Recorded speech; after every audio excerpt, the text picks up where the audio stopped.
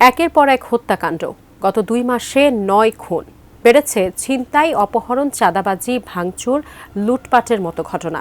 আইনশৃঙ্খলা পরিস্থিতির এমন অবনতিতে নিরাপত্তাহীনতায় পাবনাবাসী। তবে পরিস্থিতিকে স্বাভাবিকই বলছে আইনশৃঙ্খলা বাহিনী।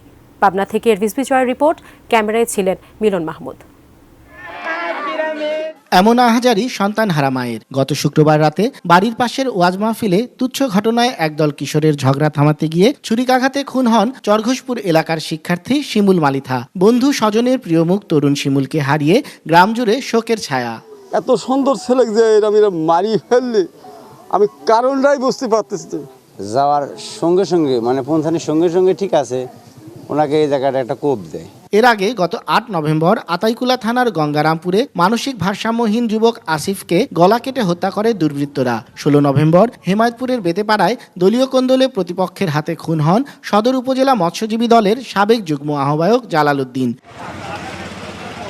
পরদিন 17 নভেম্বর রাতে শহরের রাধানগরে কিশোর তুষার হোসেনকে গলা কেটে, 18 নভেম্বর ঈশ্বরদী রূপপুরে যুবলীগ কর্মী মানিককে গুলি করে ও কুপিয়ে এবং 24 নভেম্বর সাথিয়ায় আত্মসমর্পণ করা সাবেক চরমপন্থী সদস্য বাকুর মিয়াকে গলা কেটে হত্যা করে প্রতিপক্ষের সন্ত্রাসীরা।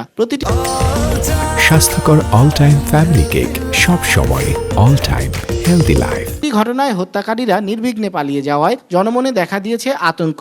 ঘাতকদের দ্রুত গ্রেপ্তার ও শাস্তির দাবি স্বজনদের। আমার বাপেক মাইরে ফেলেছে যারা আসামি এই মার্ডারের, তাদের আমরা সবাই ফাঁসি চাই। এই আমার একটা কথাই, আমি ওইটা ফাঁসে ধরে নেব। আমি থাকতে যাতে আমি দেখে যাবে পারে। আমার কথা, আমার বেটাকে যে শাস্তি দেওয়ার আমি ওরে শাস্তি চাই।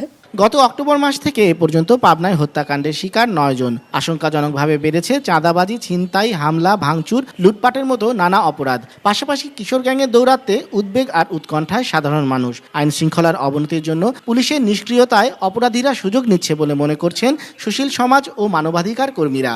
রাজনৈতিক কর্মীদের নিয়ন্ত্রণ করা নেতা নাই, 1 নম্বর। আরেক নম্বর সমস্যা হচ্ছে কিশোর গ্যাং গড়ে উঠেছে পাবনাতে। এমন অবস্থা হয়ে গেছে, মানুষ অনেক সময় এখন সন্ধ্যা পর বাড়িতে বেরোতে ভয় পায়। অপরাধ বেড়ে গেছে, মানবাধিকার লঙ্ঘনের ঘটনাগুলো বেড়ে গেছে, রাজনৈতিক দুর্বৃত্তায়ন বেড়ে গেছে। এই জায়গা থেকে সাধারণ মানুষকে নিষ্কৃতি দিতে পারে একমাত্র আইন শৃঙ্খলা বাহিনী। সাধারণ মানুষজন খুবই আতঙ্কিত, উদ্বেগে বসবাস করছে। আমরা নিজেরাও উদ্বিগ্ন, কারণ ল অ্যান্ড অর্ডার যেভাবে থাকা উচিত সেটা নাই।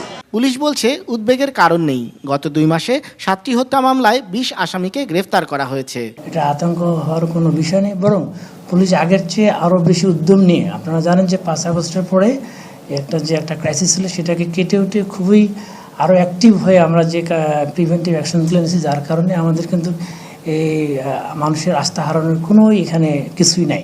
রিজভি জয়, এটিএন নিউজ, পাবনা।